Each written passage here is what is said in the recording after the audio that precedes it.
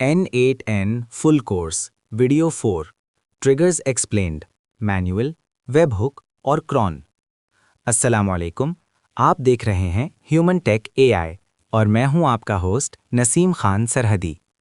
इस चैनल पर हम सीखते हैं ऑटोमेशन, आर्टिफिशियल इंटेलिजेंस और जदीद टेक्नोलॉजी बिल्कुल आसान उर्दू में।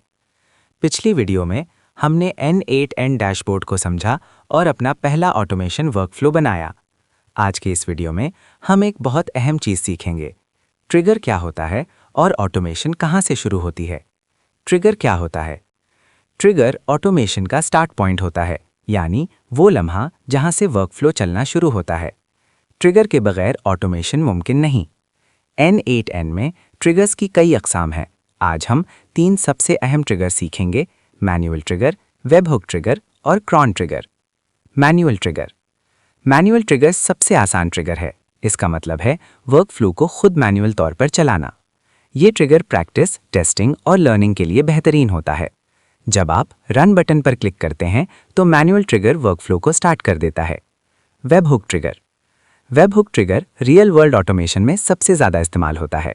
वेब हुक का मतलब है किसी बाहर के सिस्टम से N8N को सिग्नल मिलना।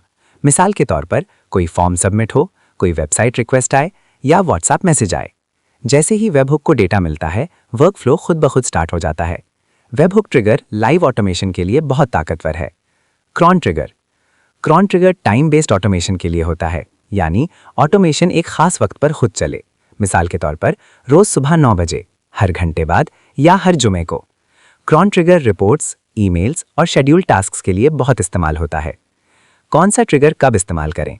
प्रैक्टिस और टेस्टिंग के लिए मैनुअल ट्रिगर, लाइव इवेंट्स के लिए web hook trigger, time based automation के लिए क्रॉन ट्रिगर। अब आपको ऑटोमेशन की असल बुनियाद समझ आ गई है।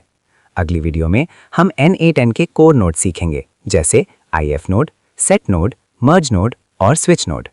यहाँ से ऑटोमेशन स्मार्ट बनना शुरू होगी। अगर आपको ये वीडियो फायदेमंद लगी तो लाइक करें, चैनल ह्यूमन टेक एआई को सब्सक्राइब करें और कमेंट में लिखें वेब हुक या क्रॉन। मैं हूं नसीम खान सरहदी। अल्लाह हाफिज और अगली वीडियो में मुलाकात होगी।